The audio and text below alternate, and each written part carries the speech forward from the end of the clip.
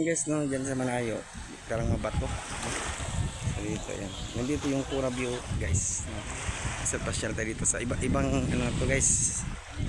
Ibang resort na to.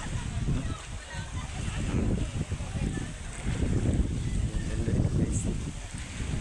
Ayan. Just may floating silang ano, yung tinatawag ng floating beach yata. Ito pag ay coral view, yung doon white coral sa amin, no? Dito coral view. Ayan, gandaan dito, guys. Ayan. So, ayan, guys, coral view, guys, resort.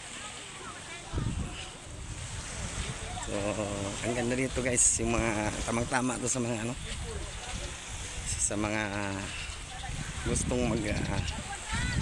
maligo, no? Sa init ng panahon ngayon, ang sarap maligo. Ayan. Ito iba na naman to, guys, no? Love my job dito. Love my job. Ano ba to? Coral din na to.